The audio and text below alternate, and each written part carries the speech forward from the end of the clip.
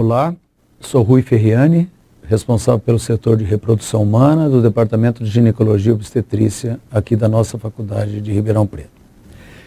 Nós vamos conversar um pouco sobre o climatério. O climatério não é uma doença, o climatério é um período da vida da mulher. E o que é importante vocês saberem sobre esse período? Primeiro, ele tem um tempo variável e a gente considera normal o início do climatério já aos 40 anos, os primeiros sintomas, inclusive da menopausa. O conceito de menopausa é a última menstruação e climatério é um período que envolve isso. Esse período, o fenômeno que ocorre é a transição da fase reprodutiva da mulher para a fase que ela perde a capacidade de reprodução. Então, nesse período nós podemos definir o período de pós-menopausa, perimenopausa e pré-menopausa. Intensidade de tempos variáveis conforme a mulher. Mas toda essa transição dura cerca de 10, 15, às vezes 20 anos em algumas pacientes. E chamamos de senilidade o período posterior. Então vejo que na fase do climatério tem uma fase ainda que a mulher está com capacidade reprodutiva, nessa primeira fase. Depois, quando ela tem a sua última menstruação, menopausa, última menstruação. Aí então ela perde completamente a sua capacidade reprodutiva.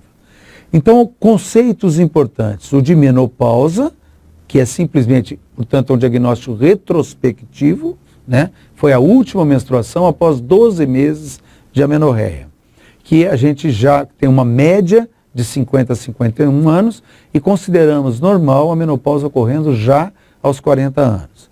O climatério, então, é um período da transição, menopausa é precoce antes dos 40 anos e o fenômeno da perimenopausa são alguns anos que envolvem esse período, não precisa ser uma coisa muito rígida. O que acontece? Por que esse período? Isso é um fenômeno fisiológico. O que ocorre nesse período? Quais os mecanismos envolvidos?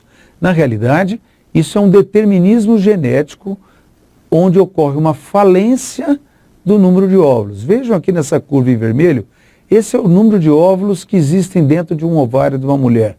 Vejam que antes do nascimento, a maior parte dos óvulos já se perderam. A mulher chega a produzir 6, 8 milhões, para quando nascer já tem cerca de 1 a 2 milhões, e ela vai usar esse número de óvulos nessa fase reprodutiva, e o fenômeno da menopausa ocorre exatamente com o esgotamento total desse número de óvulos. Então, você supõe que ela gaste mais ou menos cerca de 1.000 óvulos em cada ciclo. Considerando ao longo da vida da mulher cerca de 400 ciclos, ela vai perder mais ou menos esses 400.000 óvulos neste período de reprodução. Então vejam, esse fenômeno não se economiza óvulo nem se gasta óvulo. Esse fenômeno é intrínseco do ovário. Isso é importante vocês entenderem. Não adianta tomar uma pílula para proteger óvulo, não adianta gastar, por exemplo, induzindo ovulação. Esse determinismo de perda de óvulo é um fenômeno intrínseco do ovário que depende de uma série de fatores genéticos, inclusive familiares. Algumas mulheres têm antes, algumas mulheres têm depois. Então, o fenômeno básico, assim como a puberdade, que é um fenômeno que acontece o amadurecimento do eixo reprodutivo da mulher, o climatério é exatamente o fenômeno fisiopatológico, é o esgotamento da capacidade do ovário de produzir hormônios, que são uma das funções, e de produzir óvulos, que é a outra função deles. Vejam só para exemplificar, olha, isso aqui, cada um desses aqui é um oócito naquela fase primordial, que ele está lá parado no ovário. Isso de um recém-nascido. Esses são os oócitos primordiais. E veja esse corte comparativo a, por exemplo, ao de uma mulher de 50 anos. Então isso ilustra bem como que está o ovário na mulher de 50 anos versus o ovário de uma mulher recém-nascida. Então mostra esse esgotamento dessa capacidade folicular. E o que vai acontecer por esse esgotamento? Vocês se lembram de que os hormônios ovarianos diminuem o folículo, eles diminuem um hormônio chamado inibina, que tem como função, então, reprimir o FSH. Então, o principal fenômeno endócrino que vai acontecer É queda do estrogênio com aumento de gonadotrofinas. Essa produção estrogênica deficiente não vai conseguir mais fazer, assim como a diminuição de inibina, o feedback adequado. Então, o fenômeno fisiopatológico diminui as células primordiais, diminui a capacidade do ovário de produzir inibina e, consequentemente, o FSH aumenta. Isso numa fase pré-menopausa. Com o tempo, o estradiol ainda está normal, mas com o tempo ele vai diminuindo esse estradiol. A diminuição da inibina do estradiol promove aumento de gonadotrofinas. Portanto, do ponto de vista endócrino, o que caracteriza a fase pós-menopausa?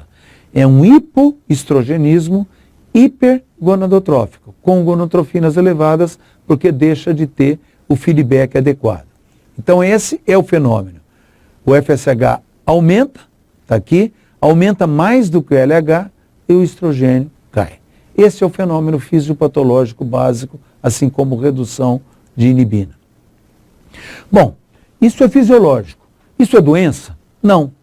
Mas essa mudança do meio hormonal pode causar algumas alterações endócrinas e essas alterações podem dar sintomas.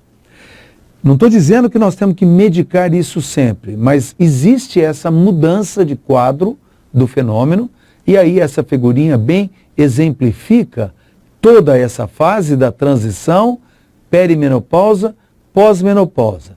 Então vamos ver quais os sintomas. Vejam que a duração do estágio é variável. Menopausa, 4 anos, até a morte, que aqui é a senilidade. Do ponto de vista de menstruação, no começo os ciclos são ainda regulares, mas eles podem começar a se modificar. Cada mulher manifesta de uma maneira, pode simplesmente a mulher entrar em amenorreia, cessar a menstruação totalmente, ou começar a ter ciclos anovulatórios, muitas vezes até com hemorragias, e vocês vão ver isso nos sangramentos uterinos que a gente tem, nas causas de sangramento, que é exatamente essa alteração dos ciclos menstruais. Por conta do quê? Por conta da falta de ovulação que essas mulheres passam a ter. Então aumenta o FSH delas e o fenômeno fisiológico aí, que é esse aumento de gonadotrofinas e anovulação, acaba dando alterações menstruais variáveis. Um dos primeiros sintomas que a mulher sente é a diminuição da chance de gravidez. Vocês lembram que eu falei? O ovário produz hormônios, estrogênio principalmente, mas também progesterona e androgênio, e ele produz óvulos. Conforme a idade, olha aqui a idade, após os 35 anos, a chance de gravidez cai e a chance de infertilidade aumenta. Por isso que hoje um dos grandes fenômenos, as mulheres estão adiando a sua maternidade, e isso não deve ser feito, porque vejam que a sua fertilidade cai bastante com a idade. Então esse é um período crítico. E os outros sintomas? Essa figurinha ilustra bem o que a gente fala, vocês já devem ter ouvido dizer, sobre os chamados calorões, fogachos. As mulheres apresentam fenômenos neurovegetativos no sistema nervoso central.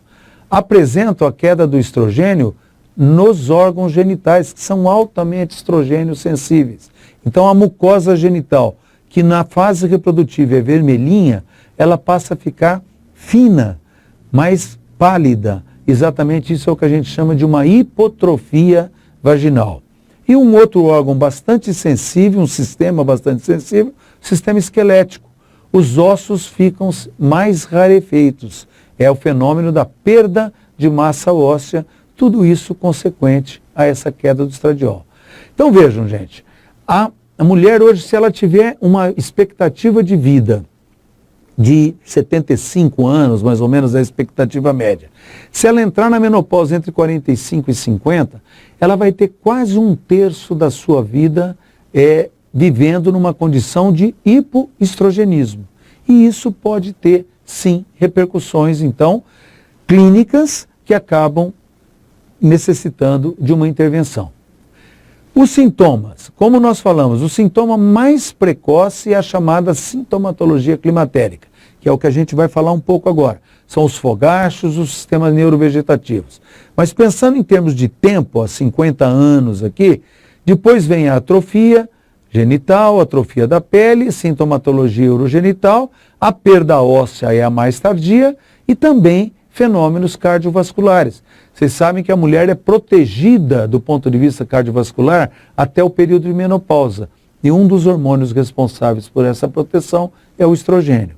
Conforme ela perde o estrogênio, a mulher se iguala um pouco ao homem e passa a ter um risco cardiovascular também aumentado, semelhante ao do homem. Quais os sintomas agudos? Então são os chamados vasomotores, que são as ondas de calor. Calorões. A mulher sente esse calor que sobra pelo corpo. E elas referem isso como episódios várias vezes no dia, quanto mais grave. Qual é a porcentagem de mulheres? É variável conforme a cultura, mas em cerca de 60, 50, 60, até 70% das mulheres podem sentir. Mas existem outros sintomas também, os chamados neuropsíquicos.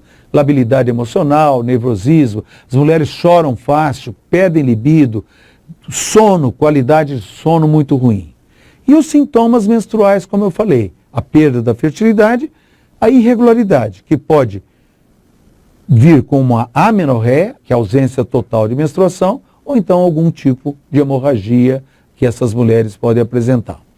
Bom, o que é fogacho, a onda de calor? Então, uma sensação súbita, transitória, ela sente um aquecimento intenso, particularmente na face, pescoço e cabeça.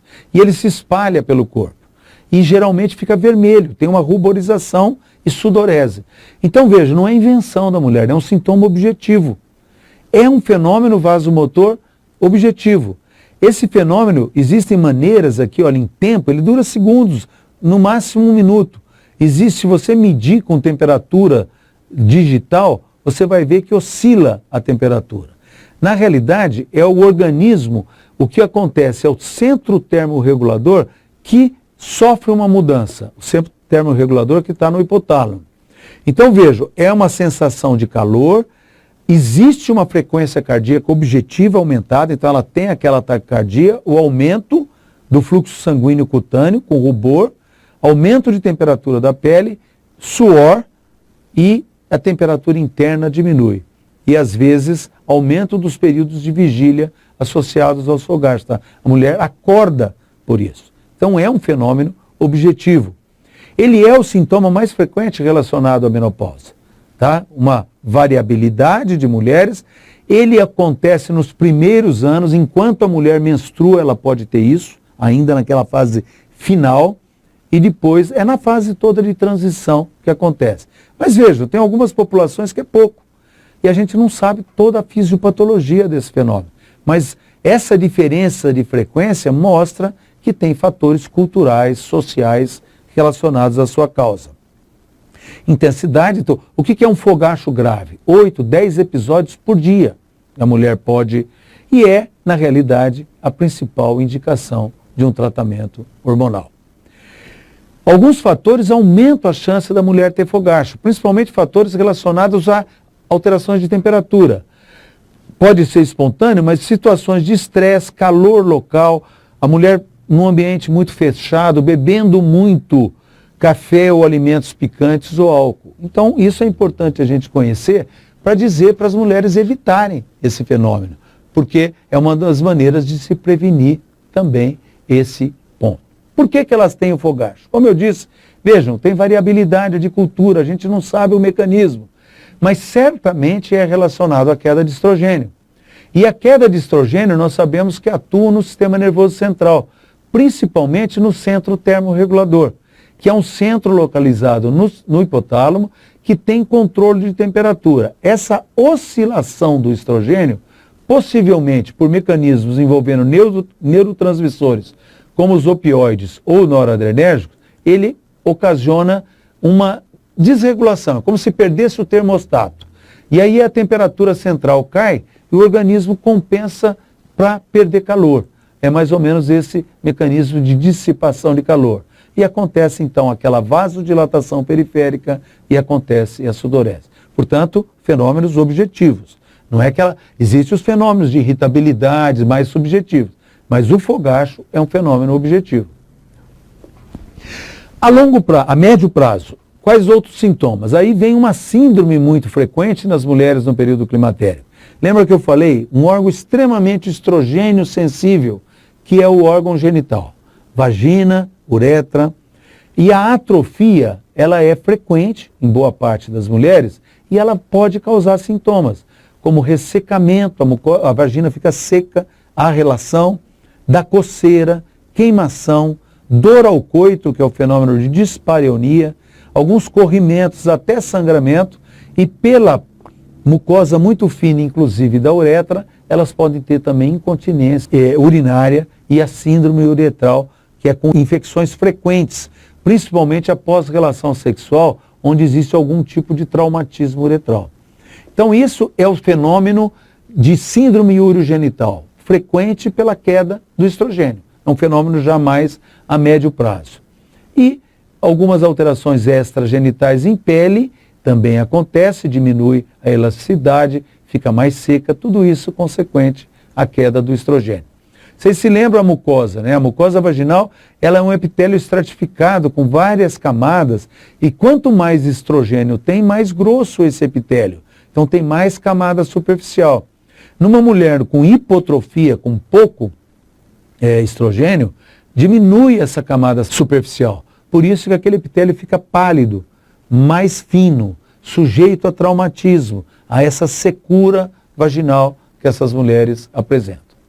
Então a síndrome geniturinária, reforçando, são secura, prurido, ardência, dor ao coito, algum sangramento, isso chama sinusiorragia, que é sangramento ao coito, e essa diminuição de coloração de vagina, relacionada, portanto, ao nível estrogênico.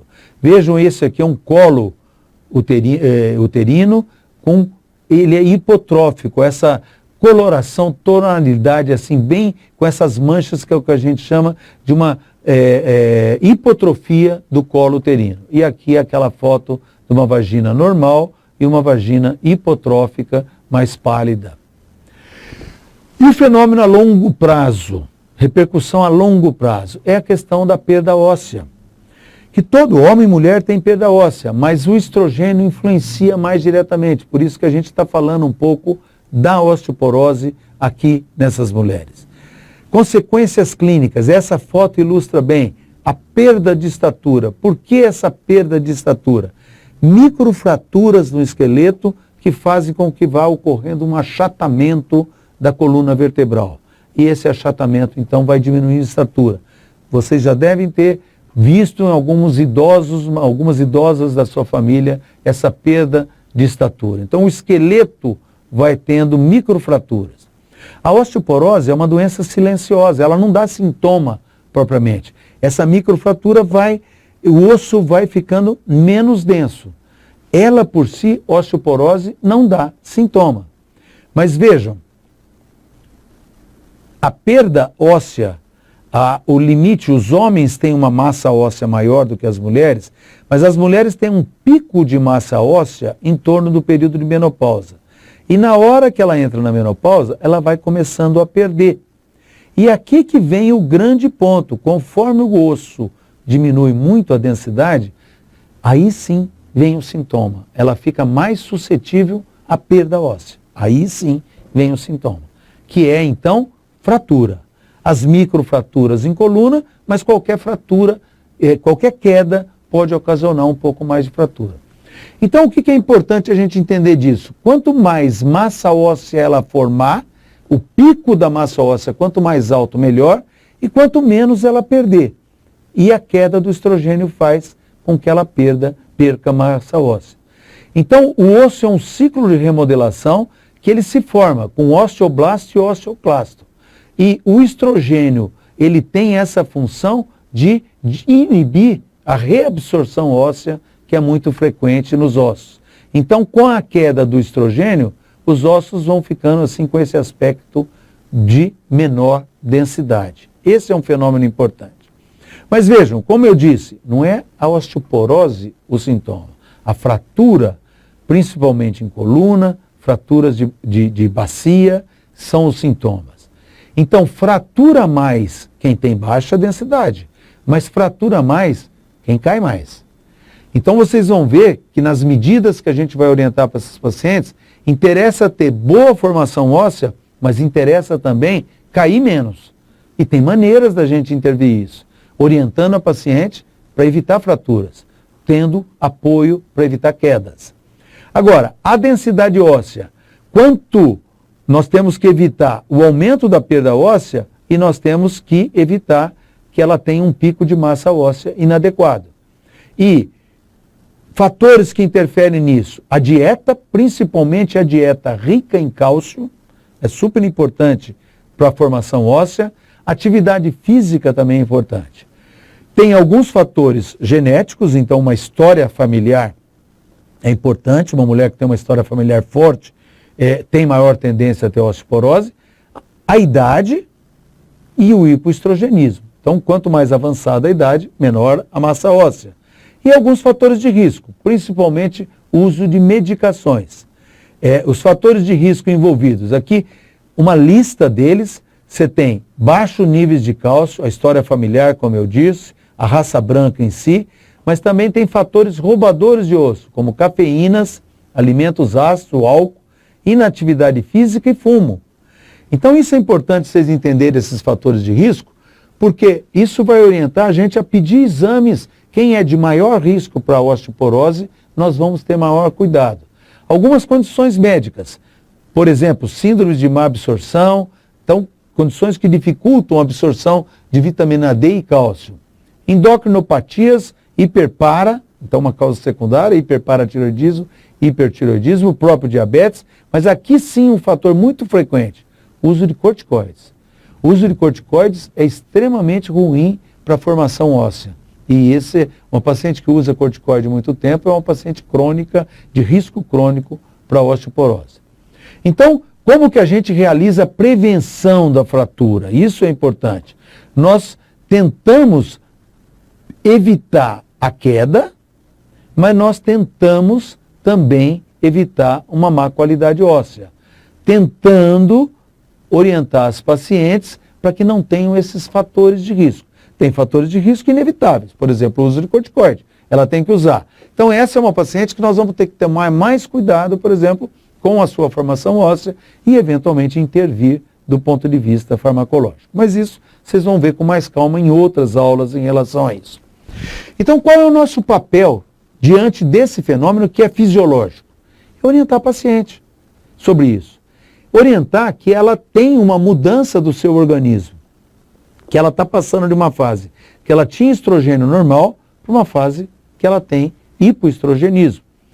Todos esses sintomas existem, às vezes eles podem ser muito intensos, às vezes eles podem ser pouco intensos. Então orientar sobre tudo isso ajuda a paciente a entender que ela não é, elas estão naquela fase de transição, seus 40, 50 anos, os filhos saíram de casa. Ela muitas vezes está, relacionamento conjugal não é muito bom, ou profissional, e aí vem esses sintomas, dá uma sensação de incapacidade. Qual que é o nosso papel? Orientar sobre isso para ajudá-la. A par disso, faz parte a gente rastrear morbidades. Quais? As morbidades que começam a aumentar com a idade. Então nós vamos fazer então um rastreamento das morbidades mais frequentes. Orientar mudança de estilo de vida, qualidade de vida, dieta, atividade física. E por fim, usar medicamentos se necessário. Então veja, eu deixei medicamento como o último item. Porque no fundo é muito importante esclarecimento sobre a fase de vida da mulher e essa parte de promoção de saúde e tratar quando necessário. O que nós vamos rastrear? Nós vamos rastrear, obviamente, doenças ginecológicas. E o câncer de mama é a doença mais frequente. É a maior causa de mortalidade, causa ginecológica de mortalidade. E vejam que ele tem uma prevalência que aumenta com a idade, aqui dos 45 para frente. Então, é importante, o risco é importante do câncer de mama. A mamografia é o melhor exame de screening para ele. Tem algumas recomendações, aqui são 2 tipos de recomendação do nosso ministério, do Colégio Americano, mas em geral, após os 40 anos a gente pode começar, mas o que é assim importante, depois dos 50 até pelo menos os 70 anos, haver um exame rotineiro, sendo a mamografia o exame de rotina. Uma série de pontos positivos e negativos, mas a mamografia ainda é o melhor exame de screening, mas não é um exame perfeito, porque ela tem muito ainda falso positivo. Ela mostra coisa que eventualmente não é, e você tem que intervir fazendo, por exemplo, punções nessa mama, e isso pode ter um desgaste psicológico importante.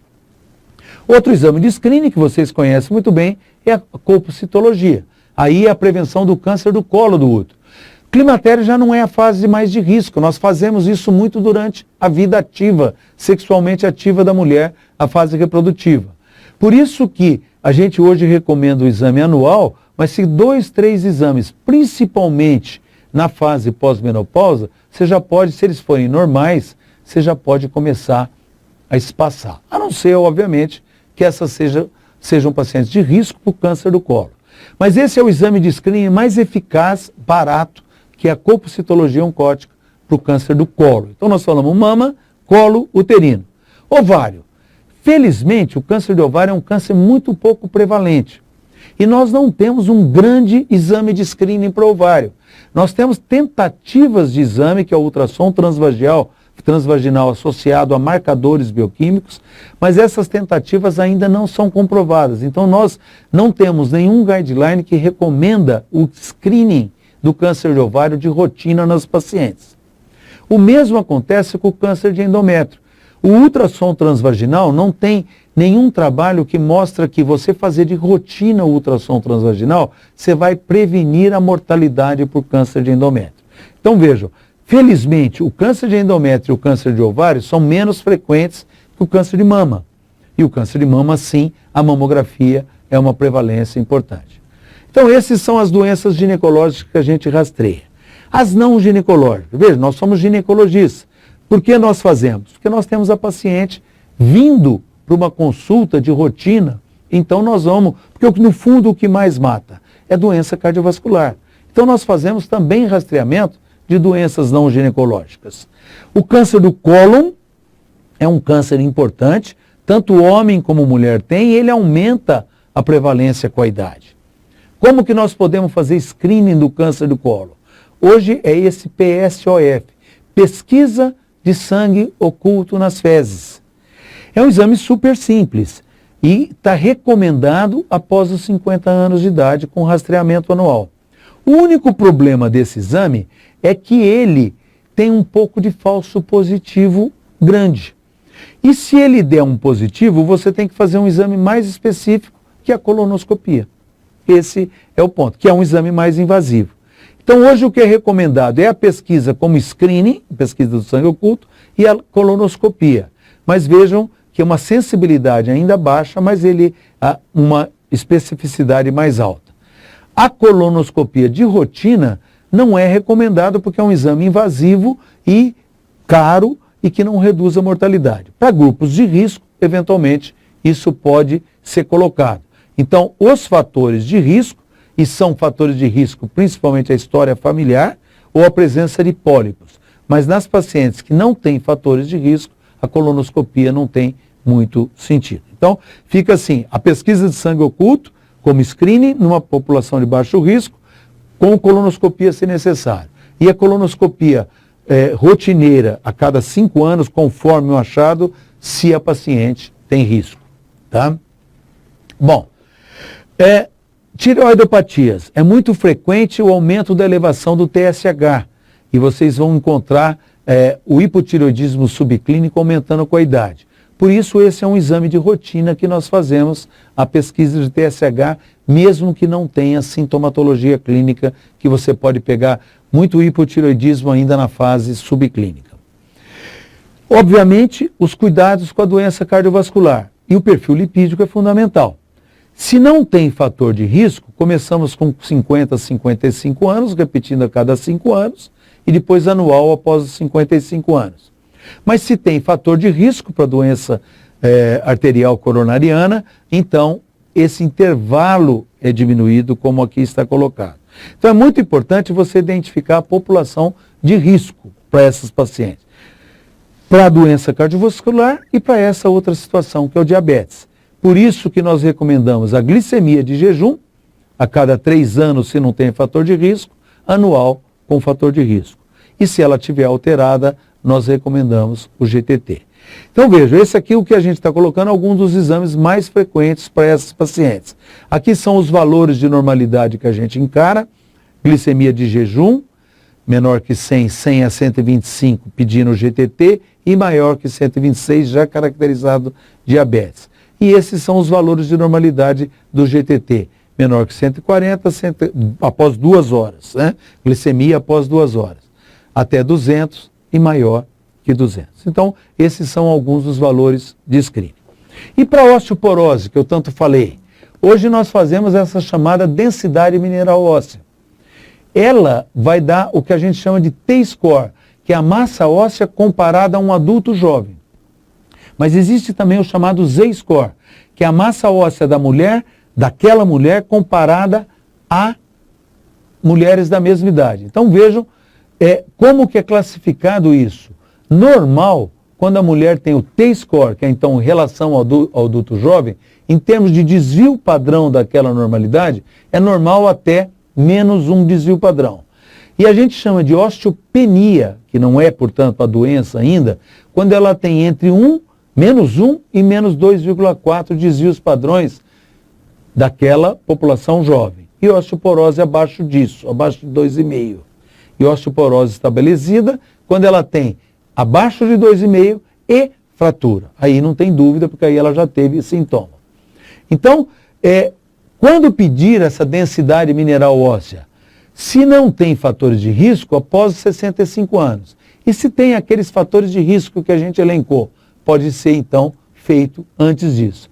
Então olhem nessa figura, na coluna, a densidade, e olhem aqui em azul o que você espera. Isso vai caindo. Então olhem uma paciente. Quando ela está no azul, ela está na faixa de normalidade. Agora olhem essa paciente aqui, ela está abaixo da normalidade aqui depois dos 70 anos, ela está bem abaixo de uma mulher normal, mas além disso, então ela tem um T-score baixo. Mas além disso, ela tem um Z-score também baixo, porque em relação às mulheres da idade dela, que é azul, ela também está baixo. Essa mulher tem um T-score normal, porque ela está dentro da idade dela e dentro do adulto jovem antes dos 40 anos. Então esse é o objetivo dessa densidade mineral óssea, colocar essa paciente num quadro como esse. Volto a frisar, então, os fatores de risco de osteoporose, a história pessoal de fratura, a história familiar, a idade avançada, fumo, baixo peso, o uso de glicocorticoide e tendência a quedas. Eu coloquei naquele slide anterior outros fatores de risco, mas esses aqui são indicações de eventualmente você adiantar a densidade mineral óssea antes dos 65 anos de idade, tá? Bom, outros exames laboratoriais a gente não faz de rotina, né? A sorologia apenas se ela tiver, como nos mesmos critérios de sorologia, mas avaliar a função hepática, renal, hemograma de rotina sem sintoma, a gente não faz. E esse slide aqui, então, resume o que a gente faz de rotina, que não pode deixar de pedir: a mamografia, a colpocitologia, o TSH, pesquisa de sangue oculto, lipidograma, glicemia e densitometria óssea. Aí está o slide, vocês podem parar para ver aqui estão as indicações específicas de cada um deles. Bom, como eu disse, rastreamento de comorbidades. Depois, mudanças de estilo de vida. Então nós vamos diminuir fumo, álcool, diminuir peso e promover exercício físico. Isso é super importante. E tomar sol. Sol como fonte de vitamina D. Melhorar a alimentação para o cálcio. O que é importante no exercício físico? Orientar pelo menos 150 minutos por semana de uma atividade moderada ou até 75 minutos de uma atividade mais vigorosa. Para perda de peso um pouco mais em relação a isso, e aí então nós trabalhamos em conjunto com o cardiologista para as outras atividades. Mas nós, de uma paciente saudável, já recomendamos isso de cara para essas pacientes, tá? Alimentação, também eu estou passando um pouco mais rápido, mas isso vocês vão ter várias vezes. Alimentação rica em fibras, redução de carboidratos e principalmente dieta rica em cálcio, tá? Beber bastante água e ter a ajuda de um nutricionista para essas pacientes. E por fim, medicamentos. Quando que nós vamos indicar hormônio? Que nós vamos ver muito mais isso em uma outra aula, mas principalmente quando houver sintomas, principalmente os vasomotores e a síndrome urogenital. O estrogênio é bom para a massa óssea, mas ele não é a indicação principal, porque vocês vão ver que tem uma série de outras medicações para o uso de estrogênio. Então as indicações, se ela tem sintoma, a melhor coisa para melhorar o sintoma é dar estrogênio para esses pacientes. Só que existem contraindicações. Você não pode dar hormônio se ela tem câncer de mama, se ela tem câncer de endométrio, porque o estrogênio é ruim. Estrogênio aumenta o risco de trombose arterial e venosa. Se tem um sangramento com causa não conhecida, metabolismo hepático alterado, porfiria ou uma coronariopatia muito vigente. Então o que a gente vai dar? Primeira pergunta, tem sintoma? Vamos oferecer hormônio, mas nós temos que ver antes se ela não tem uma contraindicação. Então esse fluxograma coloca assim, não tem sintoma, não tem indicação de hormônio. Tem sintoma? Vou ver. Tem contraindicação? Eu não posso dar estrogênio. Eu vou ter que pensar em outros métodos que não hormônio. Agora, ela não tem contraindicação. Se ela não deseja, eu não vou dar. Mas se ela deseja, está indicado em são a terapia hormonal. Então veja, prescrever hormônio como auxiliar, depois de eu ter feito toda aquela conversa com a paciente. Os tipos de hormônio, nós podemos dar estrogênio sozinho ou combinado com progestogênio, nós podemos dar de maneira cíclica ou contínua, nós podemos dar por boca ou por via não oral, pela via tópica, vaginal ou transdérmica. Então tem várias formulações. A gente associa o progestogênio sempre que houver útero. Por quê? Porque o progestogênio protege do câncer do endométrio. Se ela não tiver útero, já foi esterectomizada, ela não precisa do progestogênio. Então esse é o raciocínio. Útero presente, estrógeno mais progesterona. Útero ausente, estrogênio isolado. Então, gente, eu espero que vocês tenham aproveitado o objetivo dessa aula, que é mostrar o que acontece de fisiologia e com as repercussões fisiopatológicas com sintomatologia para essas pacientes. Nós teremos, posteriormente, principalmente no seu 6º ano, uma abordagem mais em relação ao tipo de terapia hormonal. Mas antes disso, é mais importante vocês orientarem e prevenirem doenças nessa fase que é uma fase normal e que praticamente boa parte das mulheres vão passar por isso. Até logo.